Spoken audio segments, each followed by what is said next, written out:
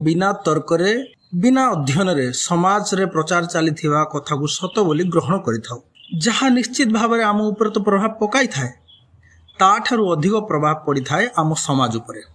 सेमिति ही गोटे पुस्तक सर्वदा चर्चा रही आसी से हेउची महर्षि मनुଙ୍କ रचित मनुश्रुति उपर। हुए तो ए ना समस्त को जणा थिबो किंतु ना किए देखिथिबे ना पढ़िथिबे जदिओ केही देखिछंती से संख्या भी बहुत कम हेबो। किंतु मनुश्रुति एवं महर्षि मनु जातिवाद जनक तथा भेदभाव को प्रश्रय देउथुवा प्रथम व्यक्ति बोली प्रचार चली थाए।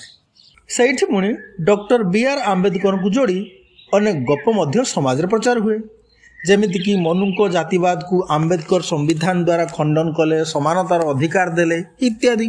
किंतु कौन सतरे संविधान रे समानता अछि आ महर्षि मनु को जने जातिवाद बोली कुहा जाई पारे ना सी जातिवाद थिले ना मनुश्रुति रे जातिवाद अछि। किछि भीमवादी किछि नवबौद्ध किछि तथाकथित शिक्षित वर्ग निश्चित देखंतु एवं बिना प्रमाण रे मिछ कथा को प्रचार करंतु नाही। दिन राति जातिवाद रो विश्व को प्रचार करिवा परिवर्ते आंबेडकर मनुश्रुति विषय रे कोन लेखुचंती जानिबा जरूरी।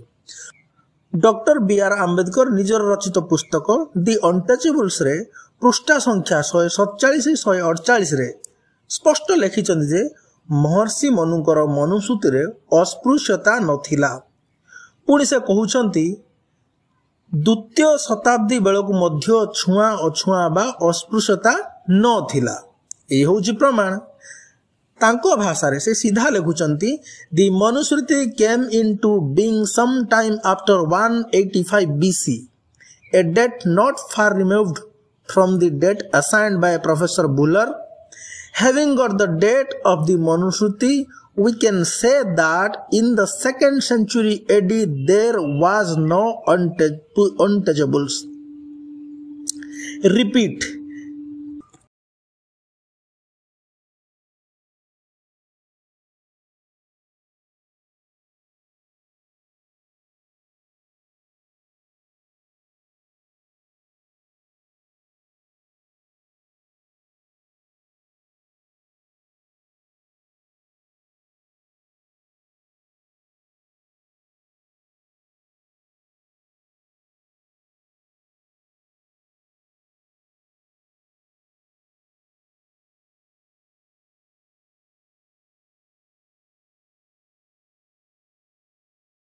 मूर्ख